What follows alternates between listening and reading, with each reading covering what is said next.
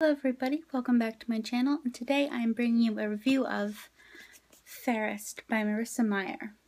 Now let me start off by saying you should not watch this review if you haven't read the first 3 books in the Lunar Chronicles, all the ones that are out, and then reading this book, because it's going to be full of spoilers. I'm gonna get into this one, guys, so don't watch this video if you haven't read the first 3 books. Or if you haven't read this book. First is about the evil lunar queen named Levina that we encounter in the first 3 books of the Lunar Chronicles. It's 220 pages, but oh my god, does it blows your mind. It's like this whole blown up 500-page novel with how much is crammed in here. Let me say that it does not feel smushed at all.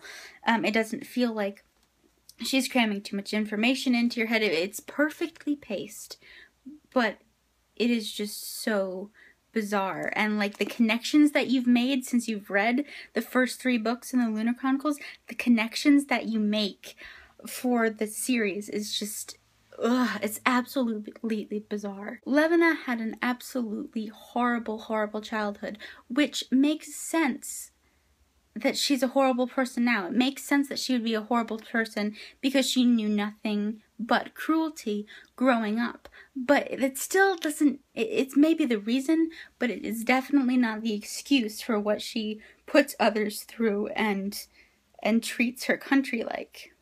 Towards the end, where her sister was burning her in the fire, and it's just because they kept mentioning that there were scars and that like she had scars and that's why she was deformed, but you never really knew. And on the first page when she was dreaming about being burned alive, you just thought it was a dream. That's what you were made to think, like, oh, she's just having a nightmare, it never really happened. But in actuality, it was basically a flashback to what she had been put through as a child. When I found out that Channery, I think that's how you pronounce her name, that Channery, Levina's sister, was Cinder's mother, it clicked, and I was like, oh my god. The second she said she was pregnant, we knew that from the Lunar Chronicles that Levina is Cinder's aunt, but since so much was focused on Levina in this book, since she was the main character, I was figuring we're gonna find so much was focused on Levina. I thought we were gonna find out that it was a lie and that Levina wasn't Cinder's aunt, but she was Cinder's mother, because she kept trying to get pregnant by Everett once she married Everett, because obviously she wants a child with her husband and she didn't want Winter to be a princess. So I thought she was going to be Cinder's mother, and then as soon as Channery said she was pregnant, I was like, oh dear Lord, Channery is Cinder's mother. And that, the first shock when I realized that Solstice was pregnant and that Levina was crushing on Everett, I thought to myself, I was like, wait a minute. First of all, this is a short book. Second of all, she has a crush on him and she's like a stuck-up bitchy princess that always gets what she wants. Is she gonna marry Everett? And is this child's? We meet in, I think it's Cress. In Cress, we meet a Princess Winter who is Levina's daughter. And I just thought, oh my god. Either she is going to marry Everett and the baby is going to be the baby that Solstice is already pregnant with is going to be hers, or she is somehow going to steal the baby. Like maybe she kills Everett and Solstice and takes the baby just because she's that obsessed and that crazy. And then my first thing was right when she's like mind controlling him and he mentions Winter. I'm like, I was right. Oh my god.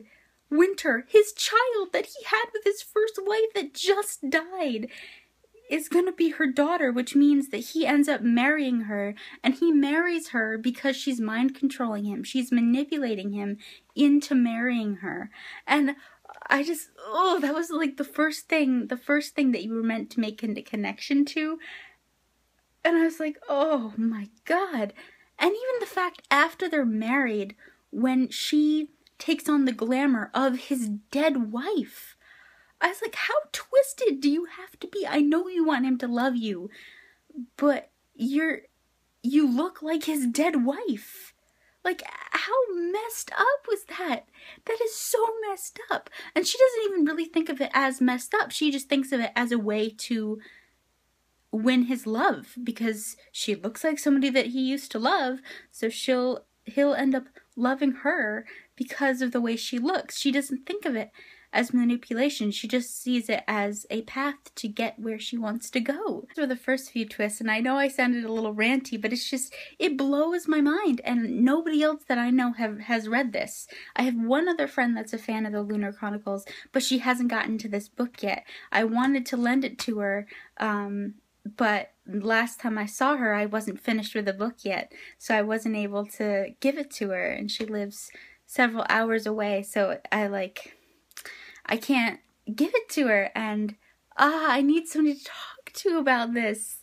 It absolutely blows my mind how manipulating she is, how calculating she is, and how part of her doesn't even realize that it's manipulation, because she just wants to get what she wants, and she's always overshadowed by Channery, because Channery is queen, and Channery's daughter is supposed to be queen, and like, she's always overshadowed because of the other people in her life, and her sister Channery always telling her how ugly she is, and like, even if you weren't a princess and weren't privileged, if you were told that you were ugly and worthless your entire life, how else would you turn out other than being defiant? I mean, like if you were told your entire life how ugly you were and insignificant you were, how else are you supposed to respond than like, no, I'm not, or like be very defensive? Like, how does one react to that? I can't even comprehend that. So I gave this book 5 out of 5 stars. So if you are a fan of sci-fi, if you are a fan of the Lunar Chronicles, you would love this book. I don't think that there would be one Lunar Chronicles fan that wouldn't like this book. I think the only complaint that some people would have of it would be that it's too short, because they want more and more and more, but it just, it makes my skin crawl. It was so, so good. I'm like, how do you even write like this? Tell me what you thought the most shocking twist was, or like, maybe what is your favorite Lunar Chronicles book, from Cinder, Scarlet, Cress to Fairest, or like, what was your favorite Lunar Chronicle book? There's still one more to come out this winter, called Winter, or this fall, I guess. And I'm so excited to read the last installment. I am not kidding when I say this might be my favorite, one of my favorite book series of all time. Like, if I picked a favorite, it is definitely my favorite series for its genre, so my favorite sci-fi. Because I can't always pick one favorite book, so I think I have, like, I'd have a favorite for every section, like, because I read all over the board, so fantasy, sci-fi, which would probably be the Lunar Chronicles, let's be honest, and then, fiction, going on down the board, classics, all those different types of things. So I hope you enjoyed my review, and I will see you next week. Bye!